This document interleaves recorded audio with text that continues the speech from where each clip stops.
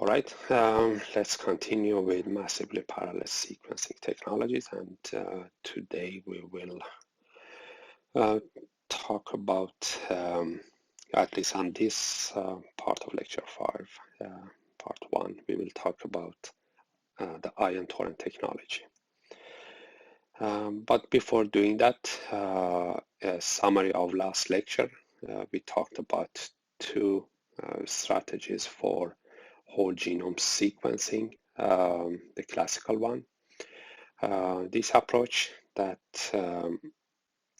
hierarchical, that required physical mapping, which was expensive and time consuming, but at the end you generated, after when you did this assembly, a few gaps, and which means that you will get less problems with assembly.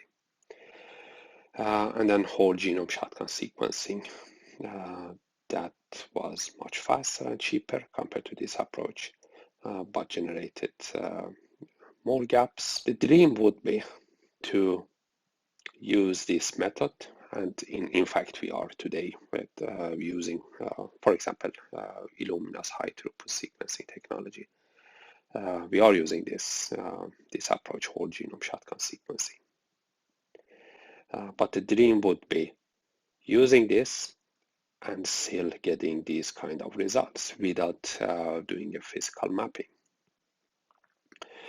And in fact, that can be realized, for example, through single molecule long read sequencing technology that we will talk about in part 2 of this lecture.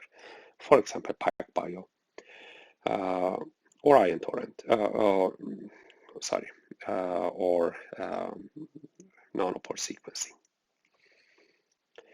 And usually for that you have to combine a single molecule long read sequencing with short read sequence data that is generated by Illumina. Another way is to use only Illumina, but a linked read sequencing approach. And we have in this year's course, we have 2 such technologies that are included in your projects. We have 2 articles. I think it's in project 6 and project 12. All right. Massively parallel sequencing technologies. There are 2 of them that are available, commercially available today. One is Illumina and the other one is ion torrent, and both of them are based on sequencing by synthesis. And we also talked about that there are 2 ways to do sequencing by synthesis to detection approach. One is direct and the other one is indirect. And in direct one, we are using fluorescently labeled nucleotides. So it's not natural nucleotides, that is this, but we have added a fluorophore. And we also talked about the problems that are associated with this kind of sequencing using fluorescently labeled nucleotides. That the incorporation efficiency is very low if you want to incorporate several of these nucleotides. But Illumina has addressed this problem by removing the dye or the fluorophore after incorporation of one nucleotide. They remove it, and they are also using terminating nucleotides, which means that you can incorporate only one base, no more than one base, but these are reverse terminating nucleotides. And the indirect approach, we will talk about it today. Ion torrent is using this indirect approach by detecting protons that are released when a nucleotide is incorporated into a growing strand. We also talked about the 3 steps that are necessary to do in all massively parallel sequencing platforms. Library prep, amplification, and sequencing. For library prep, at least the first step of library prep, there are 2 steps for library preparation or the purpose of library preparation is 2, and we have to do it in 2 steps. One is incorporating adapters, universal priming sites, and the other one is to separate the fragments. And for incorporating adapters, first we have to do a physical fragmentation because the genome is, when we extract the DNA, is quite big, around 10 to 20 kbs, and they have to be, we have to make them smaller for amplification and sequencing. So if we fragment the DNA molecules into smaller pieces by using, for example, sonication, or you could do it in by using the enzyme TN5, which is a transposase, which not only fragments the DNA, but it also incorporates the adapters at the same time. Then amplification. In Illumina, we are doing clonal amplification on a flow cell by a method called bridge amplification. And in Ion Torrent, this is done in droplets using a method called emulsion PCR. We will talk about this today. And sequencing was sequencing by synthesis, direct and indirect. Then I also mentioned there are 2 ways to do library preparation, and of course we mentioned it here as well. Fragmentation using sonication, but then we have to do end repair, A-tailing, and adapter ligation, Y-shape adapter ligation. In the enzymatic way, when you are using TN5, fragmentation and adapter ligation or adapter incorporation is done in 1 step. The use of this TN5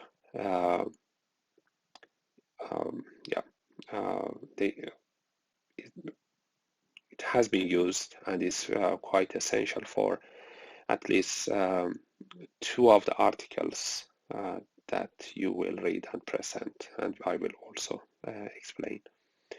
TN5 is used in linked read technologies, project 6 and 12. And it has also been used for the ATAC-seq, in the ATAC-seq technology. I don't remember which project it was, but single cell ATAC-seq is using also TN5. So it's not only used in for library preparation. You will hear a lot more about TN5 in at least 3 of the projects that we have in our course. So, Ion Torrent sequencing by synthesis. Similar to Illumina, it consists of three steps: library preparation, amplification, and sequencing.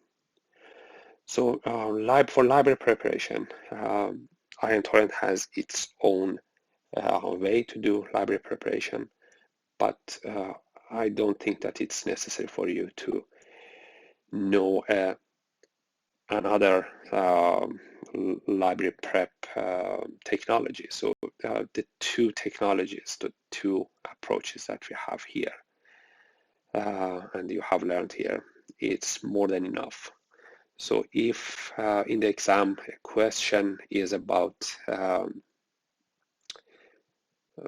describing the ion torrent method, starting with library preparation, and you actually have to start with library preparation if you want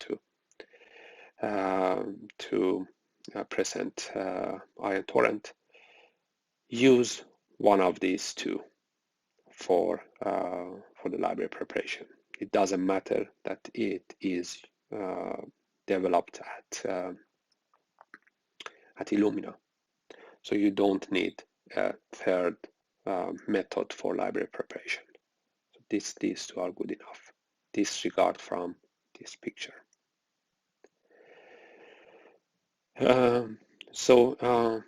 Library prep, 2 steps. First, incorporating after fragmentation, incorporating adapters.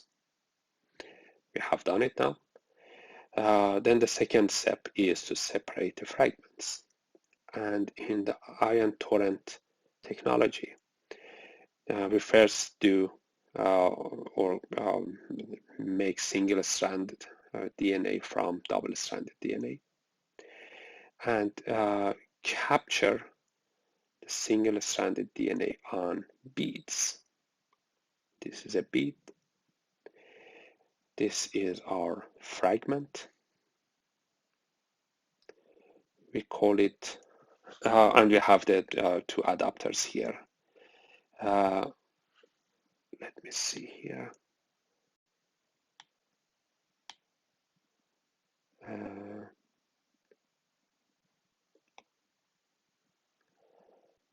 We call this primer 1.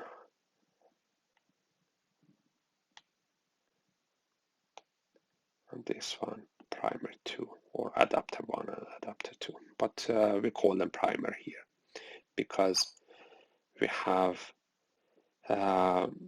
complementary sequence to primer 1 on beads here.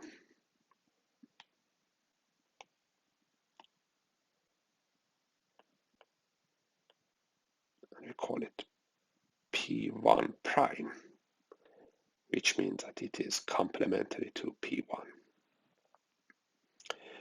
So on the surface of our beads, we have P1 prime that can bind and capture our DNA fragments. But we don't want to capture more than one fragment here. The whole idea here was to separate the DNA fragments that we have had in our library. So for that, we use many more beads, excess of beads, compared to the number of fragments that we have in our library. So copy per bead ratio, DNA copy per bead, this should be DNA copy per bead, and copy per bead is CPB, DNA copy per bead ratio should be around 0.1, meaning that if for each DNA molecule we have to add 10 beads, and this is to avoid capturing more than one DNA on each bead.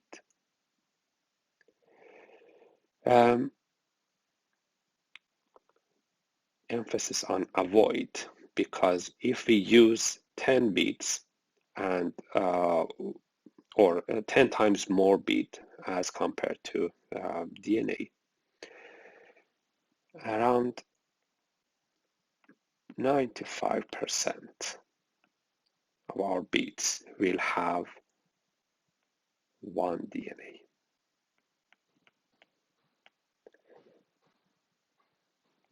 And about 5% of the beads will have two or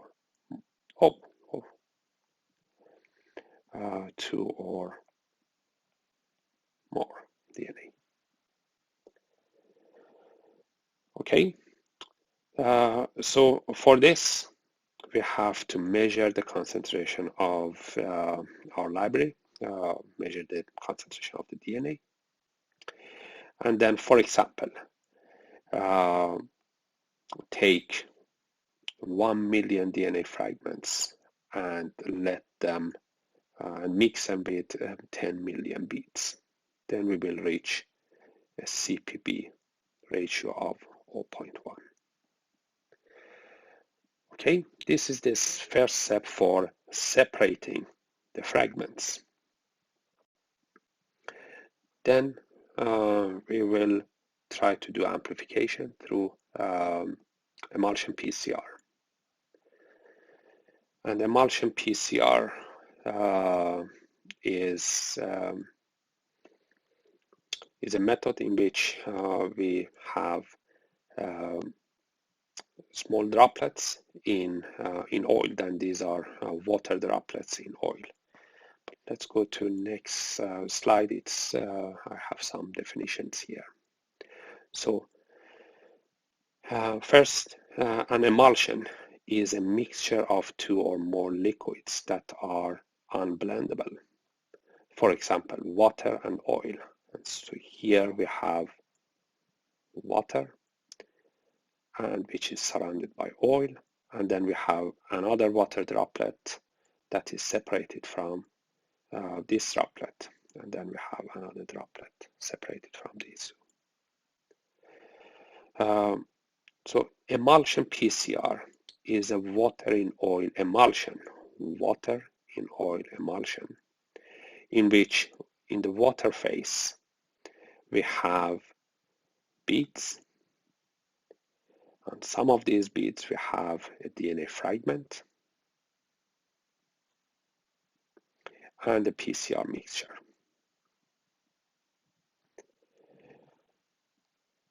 So the DNA fragments that we had, or the beads that we have here, 10 million beads, and about 10% of them contained one DNA fragment. They will be physically separated by making these droplets. So in each droplet we will encapsulate one of these beads.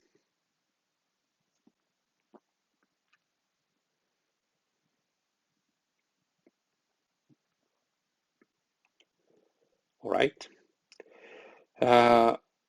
So this we have already talked about, that we need to have a CPB ratio of 0.1.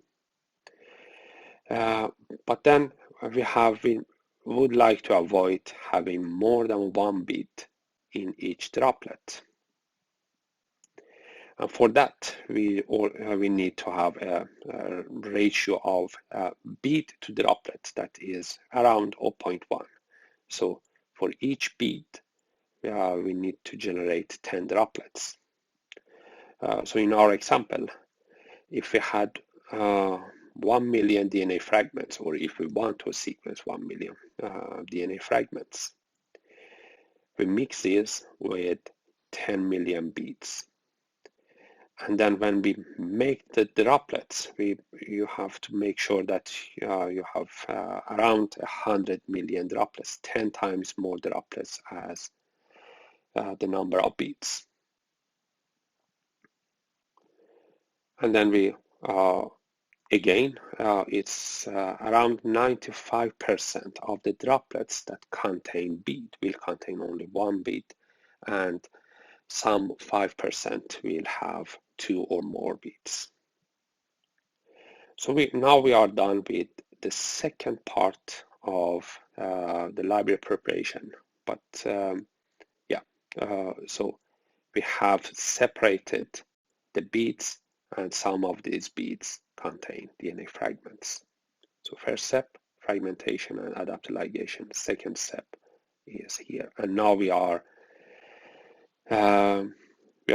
ready to do amplification through emulsion PCR. So the captured single-stranded DNA molecules on each bead will be clonally amplified in each droplet. So let's go through all the steps here. So in the first step in emulsion PCR, let's now imagine that we have one droplet here. This is a droplet. And in this droplet, we have DNA polymerase. We have DNTPs, PCR buffer, and so on. And we have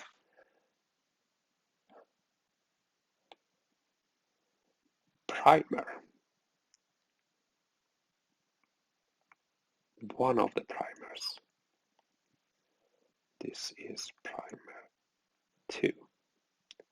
This primer is biatonated at 5' end.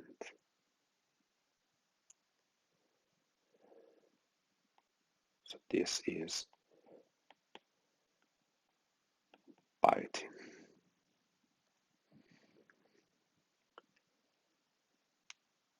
Okay, we haven't added primer number 1. The reason is that primer number 1 is already present on the surface of the bead.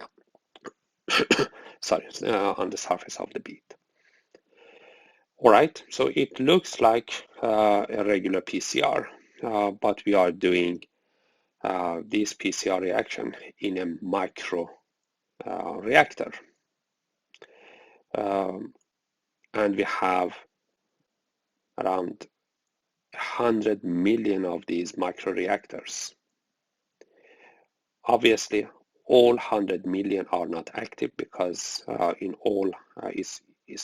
it is in only 1 million of those 100 million microreactors that we have a bead and a DNA fragment that has been captured on the surface of that bead. In 9 million, we have only beads and no fragment, and then in 89-90 million of those microreactors, there is no bead, which means that we don't have bead or DNA. Okay, so in 1 million out of 100 million microreactors, we have this situation where we have bead together with a DNA fragment that has been captured on the surface of bead. So polymerase, this primer, will be elongated in this direction.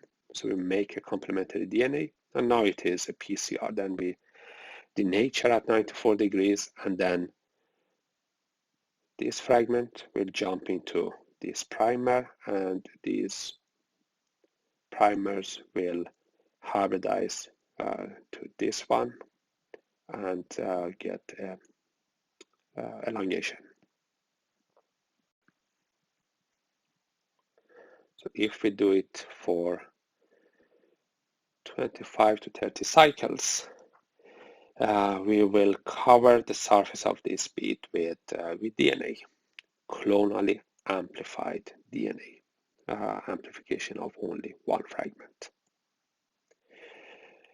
This picture is a little bit misleading. It's because these fragments, it looks like they are single-stranded, but they are in fact double-stranded.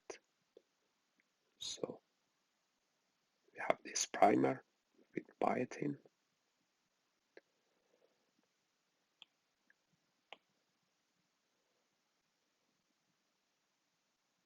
We have this, and then this one as well. It's actually only this strand that is attached to the surface of bead. The other one is only kept there by hydrogen binding.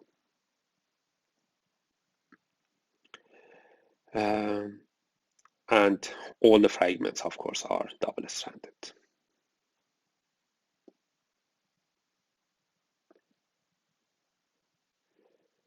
Okay,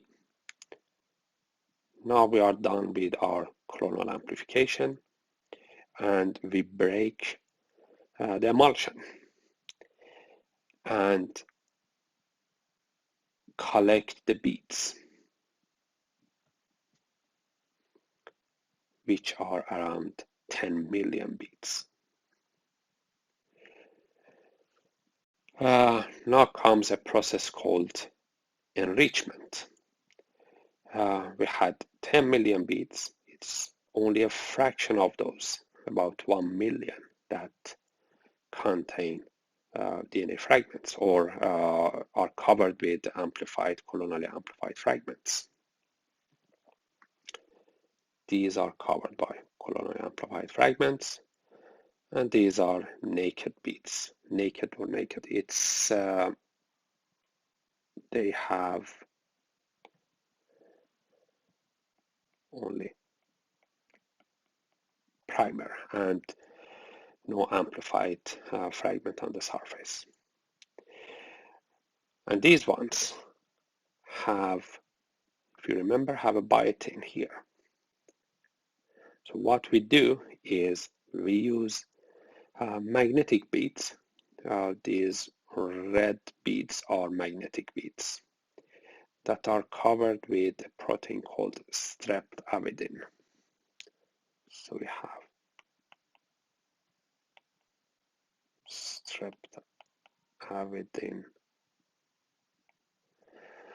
streptavidin coated magnetic beads here. And streptavidin is represented by this. So this is streptavidin, and the streptavidin can bind to biotin.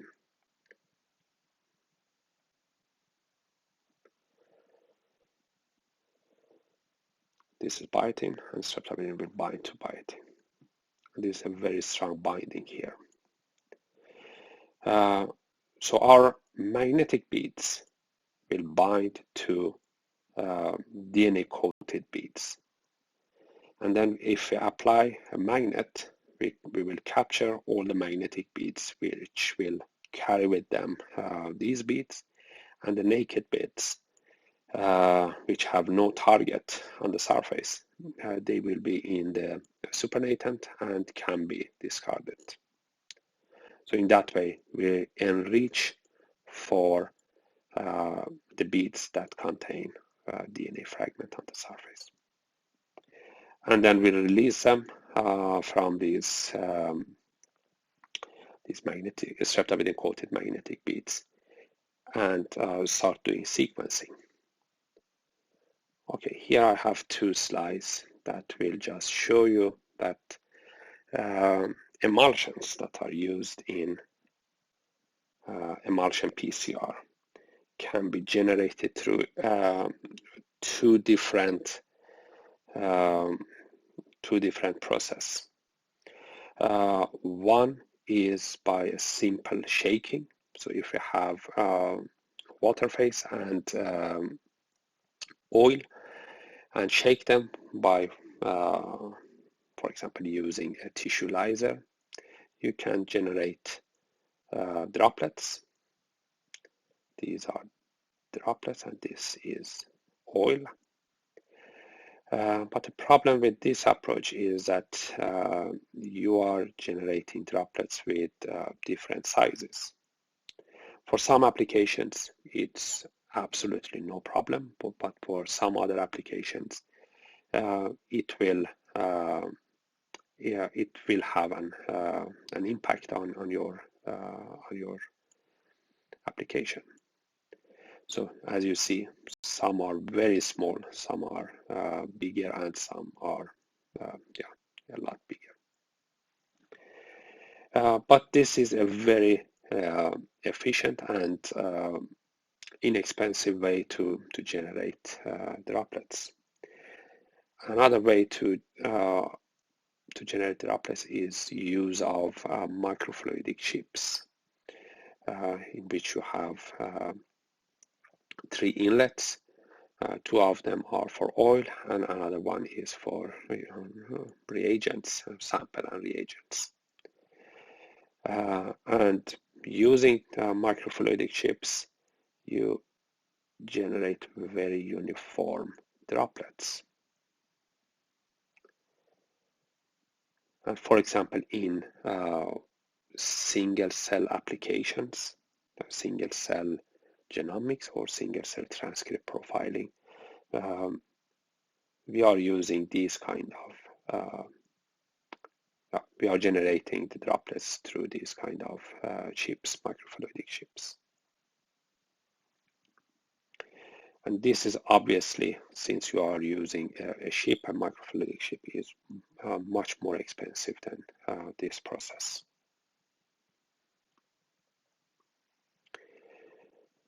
All right, now to sequencing. So we have collected our beads, and then we have enriched for DNA covered or target covered beads, or maybe I should say beads with genomic DNA that has been clonally amplified, because even the naked beads, they have some DNA. It's the probes that are attached on them, so they are not really naked. Okay, so we have our beads that we have enriched for the ones that have target on the surface, and now we want to do sequencing.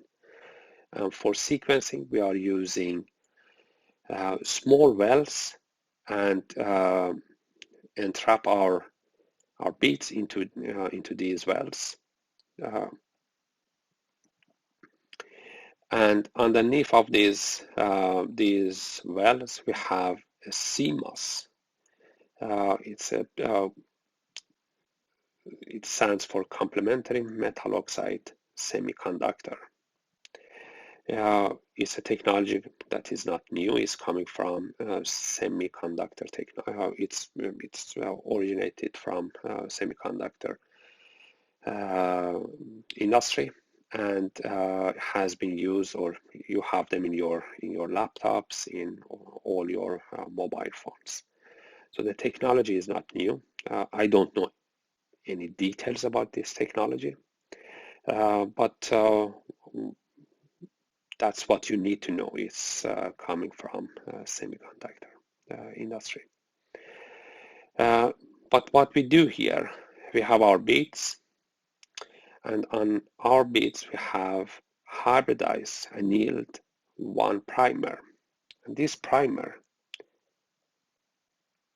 I would say that it's this one, without a biotin, of course. So one of the adapters will be used as a primer for sequencing. Okay, so we have this primer hybridized already. We have a polymerase that is attached to this primed target. And then we do sequencing by synthesis by adding only one nucleotide, removing that nucleotide and adding the second nucleotide, and do it for all 4 nucleotides in a cyclic way. So if the first nucleotide that we add, and which will come into this well, it's in the solution and will be used by the DNA polymerase, and if that nucleotide is a correct one, the polymerase will incorporate it, and a proton will be released, H+ here, and that will change the pH in our well. And we have millions of these wells on our chip. Okay, so the pH has been changed, and this change in pH is converted to voltage, or voltage change here on the CMOS, which in turn this will be converted to a base call. So a little bit more details about this sequencing by synthesis. Let's imagine that we have this sequence in this well, and this primer is this primer, and we have the polymerase here. Then we add nucleotides one after each other. So first we add nucleotide C, then G, then A, then T, and we'll repeat this for 200 to 400 cycles. So C, G, A, T, and then C, G, A, T again, and 2 to 400 cycles. So we first add nucleotide C here. It will be used by DNA polymerase, and a proton will be released, which will give a change in pH. Okay, so now we have to, before we add the second nucleotide, we have to get rid of the first nucleotide. And that is done by a simple washing procedure. So we wash our wells in the chip by using a buffer, and wash off all the C nucleotides that we had in the first cycle. So there shouldn't be any traces of C in these wells. After removing C, we add G nucleotide in here. It will also be incorporated and giving a signal, or changing the pH that will be converted to a signal, a base call G. We remove G and then add A nucleotide, and in here A cannot be incorporated, and then we don't get any signal. But remember that we have millions of these wells, so maybe in another well C and G were not incorporated in the first cycle, and then it's A that is incorporated. And in that way we can read or do sequencing, read the complementary sequence here. Okay, so that's the sequencing technology that is called ion Torrent, sequencing by synthesis. So in ion Torrent we have wells for bits in this chip. We are using native nucleotides, or unlabeled nucleotides. No fluorescently labeled nucleotides are used here. And there is no complicated or complex optics that are used in this system, which makes it small, and that is in comparison to Illumina's sequencing machines that are much bigger than this one. It's almost portable, and it's since we don't have this complex optics system, in comparison to Illumina, this one is much cheaper.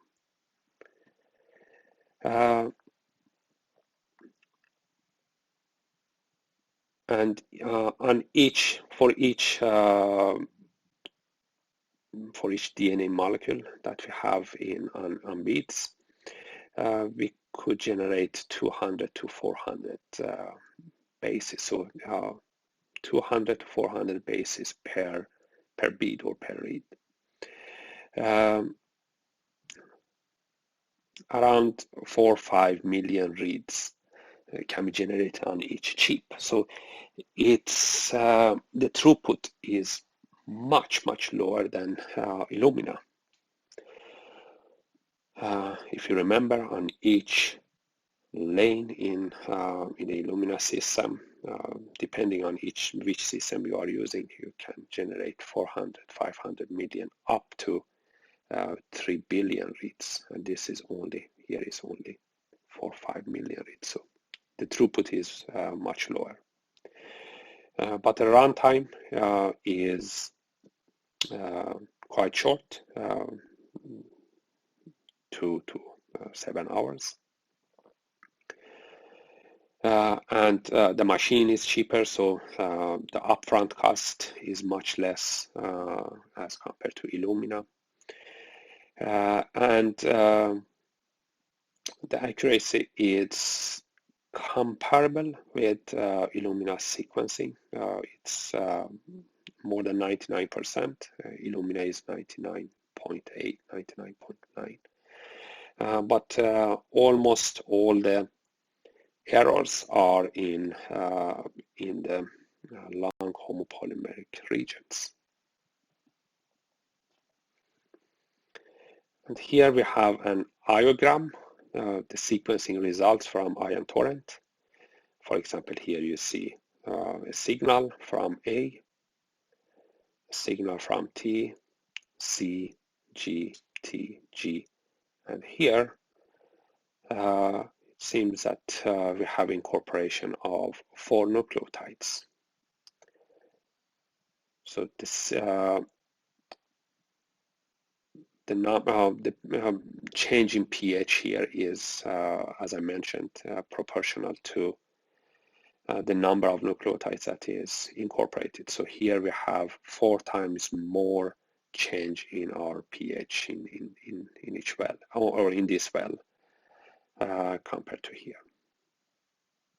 So this is 4 bases. Here we have 4 bases. Here we have probably incorporated 3 Gs. And as I mentioned, the error rate in homopolymeric regions is a little bit higher than the Illumina system. And in the regions that we don't have homopolymeric sequences. Okay, that was the last slide I had. So a couple of questions. The first one, I mentioned homopolymeric regions a couple of times now.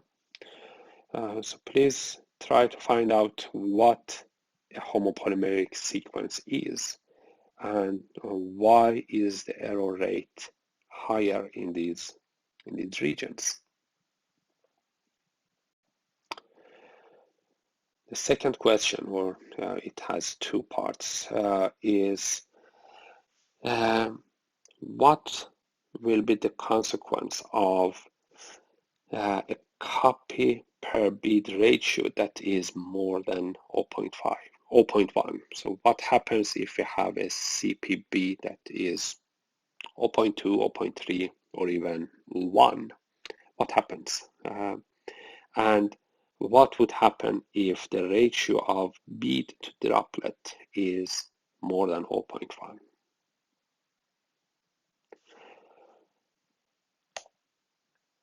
All right, this is the very last slide. So soon I will continue with part 2 of lecture 5. Bye for now.